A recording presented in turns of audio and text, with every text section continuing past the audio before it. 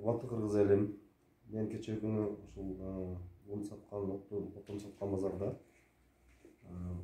унун баасы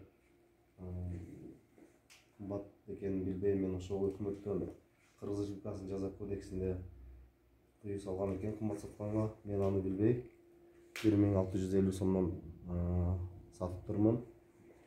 1650 сом ал кымбат экен. Мен аны билген эмесмин. Ошол Кыргыз Республикасынын жаза кодексинде тыюу салганын билген эмесмин. Эми ушуну менен ушул эмеден пайдаланып, ушу жеке ишкерлерге да кайрылып кетет элем.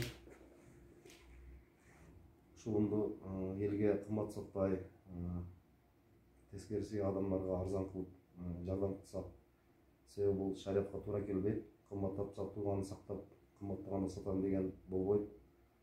Пайгамбар саллаллаху алейхи вассаламдын дагы хадиси бар, каргыштаган.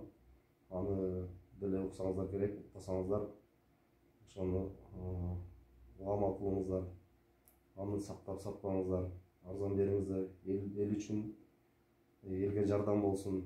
Биздин деле ниет болгон эмес, кымбаттап сатам дегенчи. Биз сактаган эмеспиз, келгенде эле ошо алып, ошол жерден эле ошо бир аз эле 50 сом кошконбуз да. Ошол кандай кымбаттап сатайын, сактап сатайын деген ой болгон эмес. Ошол сиздерге да кайрылам. Ушундай кылып кымбатпай да сатпаңыздар. Рызкыны берүүчү Аллах, Аллахтын рызкысы кенен. Ошону менен эч ким байып кетпейт. Ал ошол акча ал буйрубайт деле негизичи. Себеби хадис бар го, пайгамбарыбыз каргыштап атпайбы? Ошон үчүн элге жардам кылалы. Эл бар, биз бар дегендей.